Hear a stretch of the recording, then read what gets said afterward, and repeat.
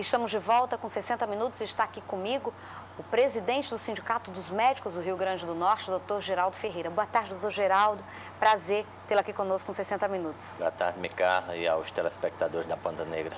Doutor Geraldo, a gente vem falando sempre aqui, inclusive tive a oportunidade de, na última semana, entrevistar tanto o secretário de Estado da Saúde como a secretária municipal de Saúde e termina sempre se falando na questão dos médicos. E eu queria começar essa nossa entrevista perguntando por que os médicos agora, a gente tem percebido que vem preferindo aderir ao sistema de cooperativas ao invés de contratos como existiam antigamente com a rede de saúde?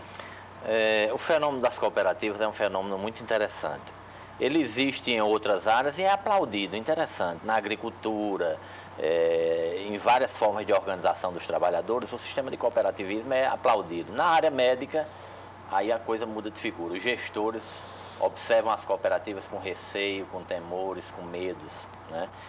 E procede, em parte, porque a cooperativa é um mecanismo de força extraordinário. É onde uma categoria organizada pode contrabalançar o imenso poderio que os gestores, no caso o executivo, têm, né? Mas por que é que as cooperativas apareceram e apareceram com força? Pela ineficiência do poder público. O governo paga maus salários, o governo oferece péssimas condições de trabalho.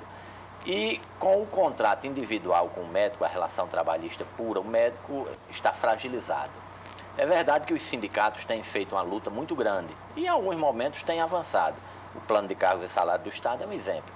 Mas mesmo assim, em muitas situações, fica aquém da expectativa dos médicos. Doutor Geraldo, inclusive quando entrevistei os secretários, o que eles colocaram é que essa forma, né, dessa adesão ao sistema de cooperativas estaria transformando o serviço público de saúde em refém da categoria dos médicos. O senhor acredita nisso?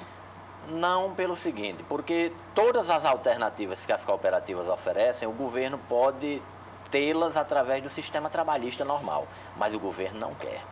O governo pode remunerar diferenciadamente os médicos, desde que crie carreiras específicas. Por exemplo, carreira de urgentista, né? Carreira, dedicação exclusiva. Todos esses mecanismos podem o governo lançar mão num plano de cargos e salário e remunerar diferentemente determinadas situações. E isso é uma exigência dos médicos. O governo normalmente não concorda. Ele quer nivelar, Micarla, mas nivelar por baixo. Essa tem sido a prática comum dos governos, né? Então, o fenômeno de cooperativa ele é plenamente explicado. Agora, resta também ao telespectador entender uma coisa. A cooperativa ela não existe apenas para trabalhar para o setor público.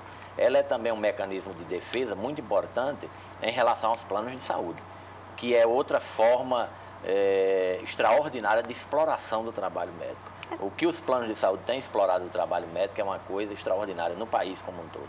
Agora, doutor Geraldo, quando a gente fala, obviamente, sobre a questão de toda a problemática que hoje enfrenta a classe médica, eu queria puxar do senhor um pouquinho para a questão do SUS.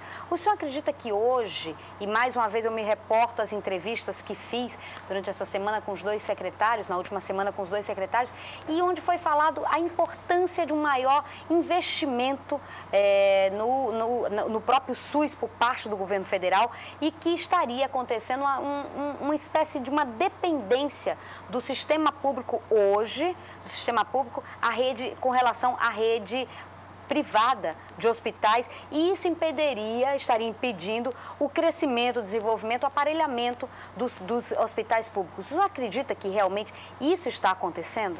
É exatamente o inverso. O sistema privado ele cresce na medida que o poder público não se aparelha, né?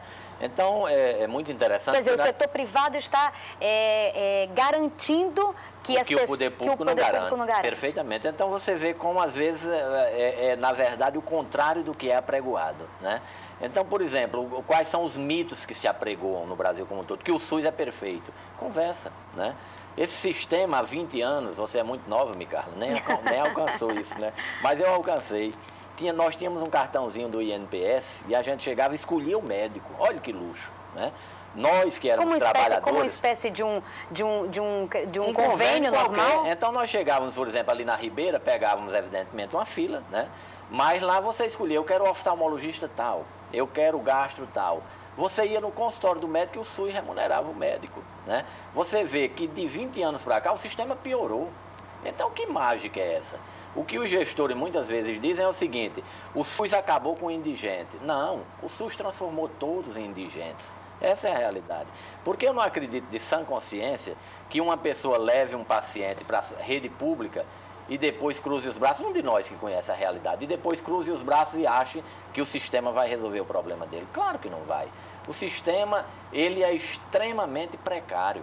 As instalações são precárias, né? O paciente chega num hospital, ele não tem uma cadeira para sentar, fica em pé às vezes os acompanhantes, você já deve ter tido a oportunidade no Valfredo Gugel, mas seria interessante, às vezes, num plantão à noite, como eu dei domingo à noite, plantão, e segunda de manhã, quando fui saindo, aqueles pacientes acordando, os familiares deitados no chão, é um desastre. Então, instalações físicas são um verdadeiro desastre.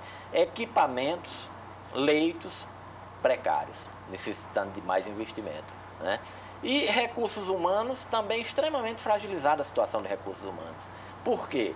Porque o governo nega-se a reconhecer uma realidade, que o sistema precisa de investimentos, precisa de reformas, precisa de planos de cargos e salários decentes que remunerem adequadamente os funcionários.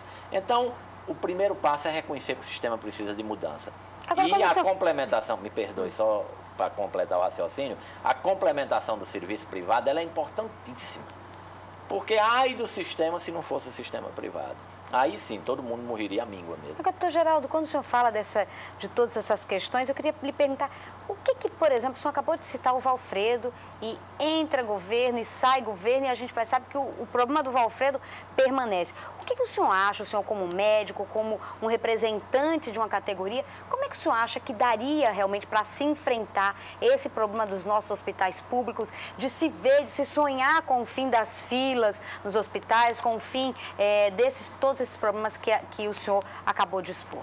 É viável, é viável. Falta uma certa determinação, uma certa priorização do setor, né? Mas nós oferecemos, nós essa semana tivemos na promotoria pública e oferecemos um elenco de 10 medidas relativamente simples, Micaela. Não vamos chegar também ao cretinismo de dizer que pode se resolver num passo de mágica. O senhor se lembra de algumas dessas 10? Sem dúvida, sem dúvida. Passam, por exemplo, o sistema, o que nós detectamos é o seguinte: o sistema de atendimento básico, via programa de saúde de família, via médicos de posto, etc., oferece algum nível de assistência. O que é que ele precisa? Um número maior de profissionais. Basicamente é isso. Então, se o governo, com um concurso, fornecer um número maior de profissionais, resolve o problema do atendimento básico. Temos um problema gravíssimo na assistência de média complexidade. Esse é o nó. Não é também na alta complexidade. Aí muitas vezes os gestores de SUS dizem é porque a alta complexidade suga todos os recursos do SUS. Não é isso. É porque a alta complexidade talvez é a única que esteja dimensionada corretamente. De formas que hoje, para você fazer uma cirurgia cardíaca, você colocar um stent, fazer um cateterismo, é mais fácil do que você fazer uma cirurgia, por exemplo, de hérnia, de vesícula. Então, a alta complexidade, talvez o dimensionamento dela esteja aproximado com as necessidades da população. O senhor acredita que não o inverso? Por exemplo, a secretária Aparecida disse que se gasta muito com a alta complexidade e que o serviço básico termina ficando descoberto. O senhor acredita que é exatamente o contrário? A alta complexidade é que está bem dimensionada. Está bem dimensionada e os outros não, né? Agora, o nó que nós estamos identificando é na média complexidade. Nós temos uma rede hospitalar razoável no Rio Grande do Norte. Nós temos em torno de 26 hospitais regionais. Agora é um verdadeiro inferno, o famoso inferno brasileiro.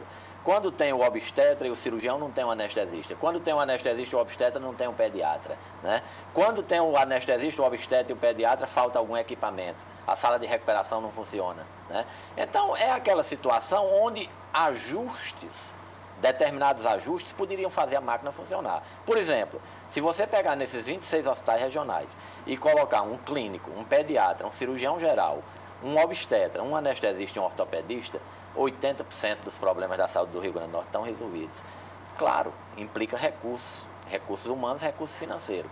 Mas quer se resolver, tem um caminho. É um investimento, não é um gasto, né? É um investimento, sem dúvida. Doutor Geraldo Ferreira, queria lhe agradecer pela sua participação aqui conosco hoje no nosso 60 Minutos. Muito obrigado, doutor. Obrigado a você e obrigado também pela cobertura que você dá às questões da área de saúde, que é muito importante a população estar acompanhando e consciente de tudo que está acontecendo nessa área, que é de seu interesse. Estamos sempre à disposição e a gente sabe que o problema, essa problemática toda da saúde, certamente é um dos principais temas que afetam a população e, consequentemente, que também as pessoas mais têm interesse de poder descobrir, de poder saber um pouco mais. Muito obrigada, doutor Geraldo. Obrigado a você.